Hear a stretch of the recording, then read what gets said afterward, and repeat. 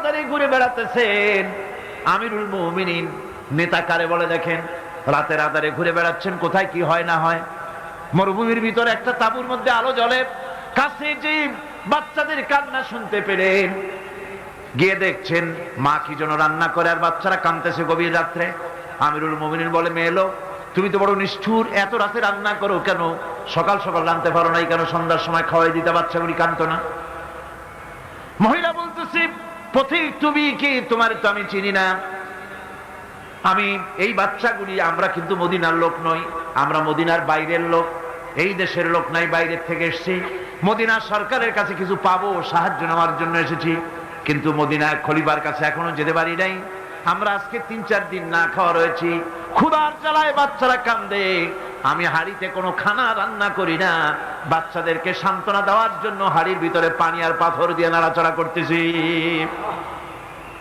আমিরুল মুমিনিন তার পায়ের তলা থেকে যেন মাটি খসে যাচ্ছে, ভয় হয়ে গেল, আল্লাহর ভয় তারই হয়ে গেল তার ভিতরে।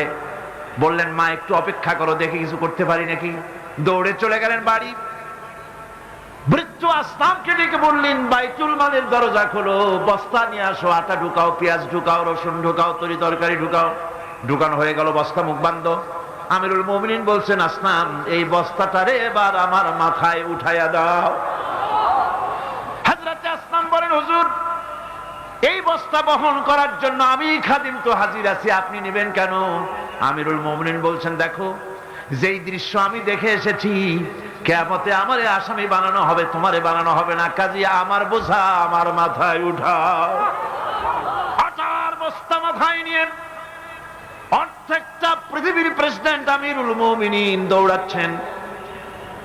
মরুভূমির ভিতরে তাঁবুর ভিতরে ঢুকে বস্তা খুলে দিয়ে আটা বের করে দিলেন, রান্না করো। তরকারি নিজে কুটে সাহায্য করলেন, রান্না বান্না হয়ে গেল। এবার হযরত ওমর বাচ্চা দুইটাকে দুই উরুর উপরে নিয়ে রুটি ছিঁড়ে তরকারি মাখায়া খাওয়াতে লাগলেন, আর বললেন, মা তুমি খাও। মহিলা খাচ্ছে। হঠাৎ করে মহিলার চোখ পড়েছে এই পথিকের দিকে, এই আগন্তুকের দিকে। তাকায় দেখে লোকটির চোখের পানি দাঁড়িয়ে ভিজে ভিজে পড়ছে। মহিলা বলতেছে, ও পথিক তুমি কে? তোমার তো আমি চিনি না, তবে আমার মন বলে, তোমার ব্যবহার দেখে আমার মন বলে এই মদিনার সরকার আমিরুল মুমিনিন খলিফাতুল মুসলিমিন ওমর না হইয়া তোমার মতো মানুষ হলে বোধহয় ভালো হতো। হযরত ওমর নিজের পরিচয় দিয়ে নিজের বাহবা নিতে চাইলেন না। তিনি বললেন, মা তুমি আগামী কাল খলিফার দরবারে যাবে, সেখানে আমাকে তুমি দেখতে পাবে। পরের দিন মহিলা কষ্ট করে যখন দরবারে চলে গেছেন, যে দেখেন কি সর্বনাশ, রাত্রিবেলায় যিনি বোঝা বহন করে নিয়েছিলেন তিনিই তো খলিফা। মহিলা কাছে গিয়ে করজোড়ে দাঁড়ায় বলেন, আমিরুল মুমিনিন রাতে আপনি আমার জন্য কষ্ট করেছেন, আমি বিরুদ্ধভাবে আপনার কাছে মাপ চাই, আমারে মাফ করে দেন। হযরত ওমর বলেন, মাপ?